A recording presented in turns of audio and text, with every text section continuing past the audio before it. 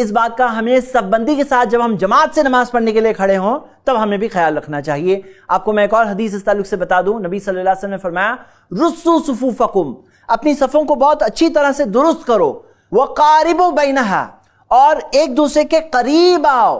وحاذوا بالاعناق، اور اپنی گردن کو ساتھی کی گردن کے سیم لیول میں رکھو.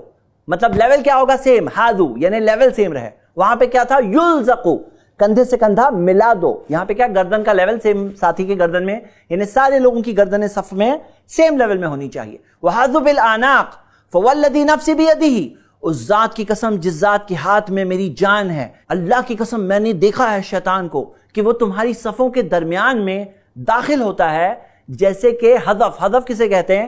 جو چھوٹی مینڈی ہوتی ہے نا، مینڈی کا بچہ جو ہوتا ہے، خاص طور سے وہ یمنی مینڈیوں کو حذف کہا جاتا ہے. چھوٹی مینڈیاں ہوتی ہے تو اسے حذف کہا جاتا ہے. نبی صلی اللہ علیہ وسلم نے کیا فرمایا؟ اللہ کی قسم میں نے دیکھا کہ شیطان تمہاری صفوں کے درمیان میں داخل ہوتا ہے کاننا الحذف. اب بتاؤ، یہ ذرا ایک سوال ہے کہ اگر مینڈی کا بچہ داخل ہوتا تو ذرا بتاؤ اوپر سے کندھے کی لیول سے آتا مینڈی کا بچہ یا نیچے کی لیول سے آتا؟ بالکل بھی نہیں، نیچے سے ہی آتا وہ. نیچے سے.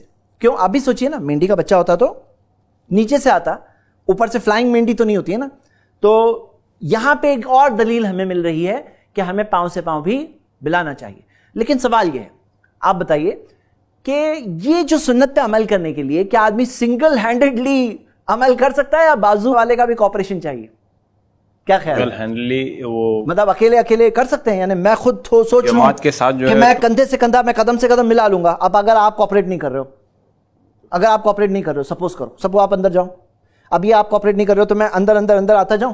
نہیں، بالکل بھی نہیں. یعنی کہ بازو والے کا بھی کوپریشن چاہیے. یہ تب عمل کر سکتے ہیں جب ساتھی بھی کوپریٹ کر رہا ہے.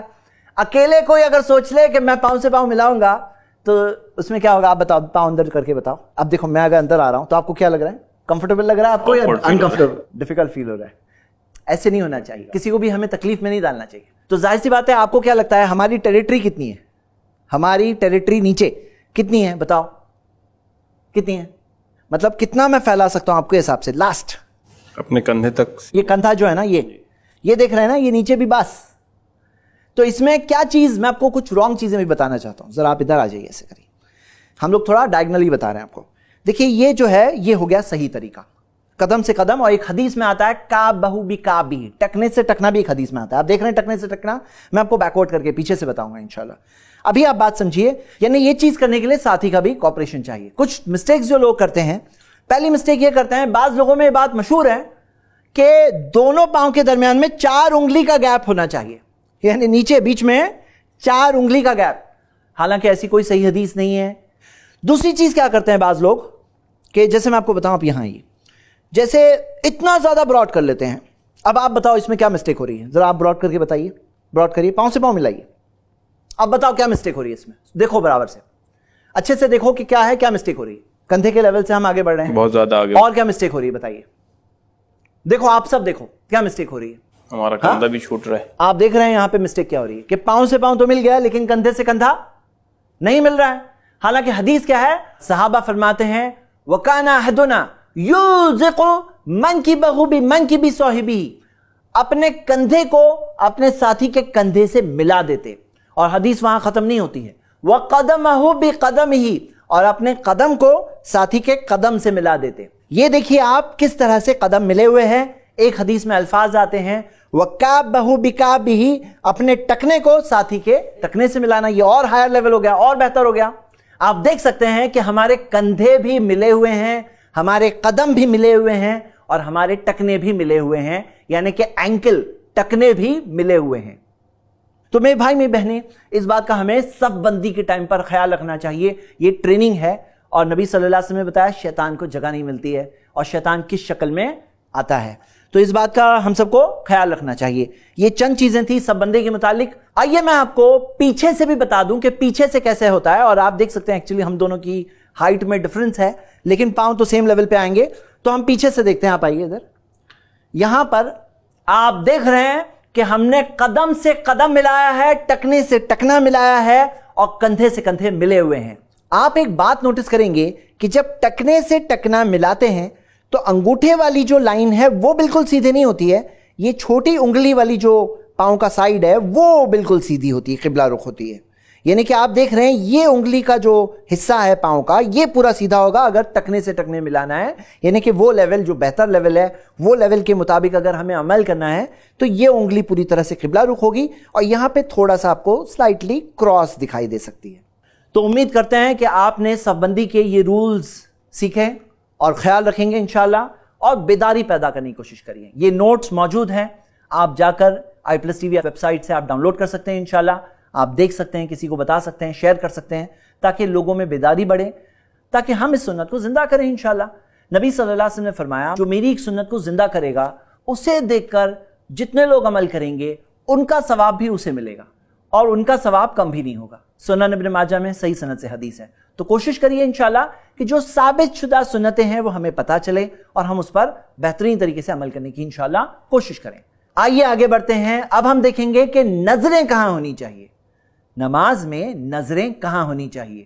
پیارے نبی محمد صلی اللہ علیہ وسلم کے بارے میں صحابہ فرماتے ہیں کانا اذا صلی تعطى راسه ورمى ببصره نحو الارض. جب نبی صلی اللہ علیہ وسلم نماز پڑھتے تو اپنے سر کو جھکاتے, تھوڑا سر جھکا ہوا ہوتا, تھوڑا سا انکلائنڈ ہوتا, تھوڑا سا نیچے کی طرف جھکا ہوتا, تھوڑا, بہت زیادہ نہیں, تھوڑا. وَرَمَى بِبَصْرِهِ نَحْوَ الْأَرْضِ, اور اپنی نظروں سے زمین کی طرف دیکھتے ہیں. زمین کی طرف کہاں؟ دوسری حدیث سے پتا چلتا ہے دخل رسول اللہ صلی اللہ علیہ وسلم الکعبۃ, نبی صلی اللہ علیہ وسلم کعبے میں داخل ہوئے. ما خلف بصرہ موضع سجودہ حتی خرج منہا, ان کی نظریں سجدے کی جگہ سے, کہاں سے؟ سجدے کی جگہ سے نہیں ہٹی یہاں تک کہ وہ نماز سے باہر نہ نکل گئے. تو ہم دیکھتے ہیں نماز کے اندر, پوری نماز کے اندر نظریں کہاں ہوگی؟ سجدے کی جگہ, جہاں سجدہ کرتے ہیں نا, سب کو پتا ہے نا سجدہ کہاں کرتے ہیں, جہاں سجدہ کرتے ہیں وہ سجدے کی جگہ پر نظریں رہے گی. نماز میں صرف ایک استثناء ایکسیپشن ہے, ایک سچویشن ہے جس کے اندر نظریں سجدے کی جگہ پر نہیں ہوگی, اور وہ ہے جب ہم تشاہد میں بیٹھتے ہیں. تو اس وقت پر نظریں جو کلمے کی انگلی ہے 4 فنگر اس پر نظریں ہوگی تشاہد میں. جب ہم تشاہد پہ پہنچیں گے تب انشاءاللہ اس کی حدیثیں دیکھیں گے. لیکن ابھی کے لیے جب کھڑے ہیں تو کہاں نظریں ہوگی؟ نماز میں سجدے کی جگہ پر. اچھا آپ بتاؤ, آپ سوچو کہ کون سی چیز ہے ہمارے معاشرے میں جو لوگ بہت دل سے جیسے کہ عمل کرتے ہیں لیکن علم کی کمی ہے جس کی وجہ سے ایک مسٹیک ہوتی ہے ان سے. کیا لگتا ہے بہت سارے لوگ جب بہت دل سے نماز پڑھنا ہے تو کیا کرتے ہیں؟ وہ سجدے کی جگہ پہ دیکھتے ہیں, یا بہت سارے لوگ کیا کرتے ہیں؟ بہت سارے لوگ اکثر سامنے دیکھتے ہیں. سامنے دیکھنا تو چلو دھیان نہیں ہے تب دیکھیں گے, لیکن بہت دل سے پڑھنا چاہتے تب کیا کرتے ہیں؟ آنکھیں منڈی نیچے کر لیتے اور آنکھیں بند کر لیتے ہیں. اب آپ بتاؤ, حدیث آپ کے سامنے ہے, آنکھیں بند کر لینا کیا نبی صلی اللہ علیہ وسلم کے عمل کے مطابق ہے؟ بہترین نمونہ کون ہے, بہترین مثال کون ہے ہمارے لیے؟ پیارے نبی محمد صلی اللہ علیہ وسلم. انہوں نے کیا فرمایا؟ اس طرح نماز پڑھو جس طرح تم نے مجھے نماز پڑھتے دیکھا ہے. تو نماز کے اندر یہ آنکھیں ٹوٹل بند کر لینا یہ نبی صلی اللہ علیہ وسلم کا طریقہ تو نہیں ہے. وہ تو سجدے کی جگہ پہ دیکھتے ہیں. تو خشوع اسی میں ہے. اور ہوتا کیا ہے نا, جو لوگ یہ سوچتے ہیں کہ آنکھیں بند کر کے دھیان اور لگے گا, لیکن حقیقت یہ ہے آنکھیں بند کر کے وہ ایک اور بہت بڑی خیالوں کی دنیا ہے. الٹا وہ دنیا میں جا کر وہاں گم ہونے کے اور زیادہ چانس ہوتے ہیں. ہاں یہ الگ بات ہے کہ کوئی بچہ ہے سپوز یہاں اگر آپ کو ہنسا رہا ہے تو کبھی 1-2 سیکنڈ تھوڑا ایسے بند کر لیے کہ چلو میں نماز میں ہنسنا پڑھوں تو الگ بات ہے. لیکن باقی نارملی ساری سچویشن میں نماز کی حالت میں نظریں کہاں ہوگی؟ سجدے کی جگہ پہ ہوگی. امید کرتا ہوں یہ بات کو آپ سب سمجھ گئے ہوں گے انشاءاللہ. اب اس میں جو آپ نے کہا نا کہ بعض لوگ سامنے دیکھتے ہیں دوسری طرف دیکھتے ہیں, تو حدیث اس بارے میں آتی ہے. پیارے نبی محمد صلی اللہ علیہ وسلم سے ماں عائشہ رضی اللہ عنہا نے سوال پوچھا, سألت رسول اللہ صلی اللہ علیہ وسلم عن الالتفات فی الصلاۃ, کہ نبی صلی اللہ علیہ وسلم سے پوچھا کہ نماز میں اگر نظریں یہاں سے وہاں اگر موو ہو تو اس کے تعلق سے انہوں نے پوچھا نبی صلی اللہ علیہ وسلم سے. فقال هو اختلاس یختلسہ الشیطان من صلاۃ العبد, یہ چوری ہے, چوری جو شیطان بندے کی نماز سے چوری کرتا ہے. اچھا آپ بتاؤ کوئی چوری کرے پسند آئے گا کہ نہیں پسند آئے گا؟ بالکل نہیں پسند آئے گا. یہ شیطان چوری کرتا ہے بندے کی نماز سے. کیسے چوری کرتا ہے؟ یاد رکھیے اس حدیث کو.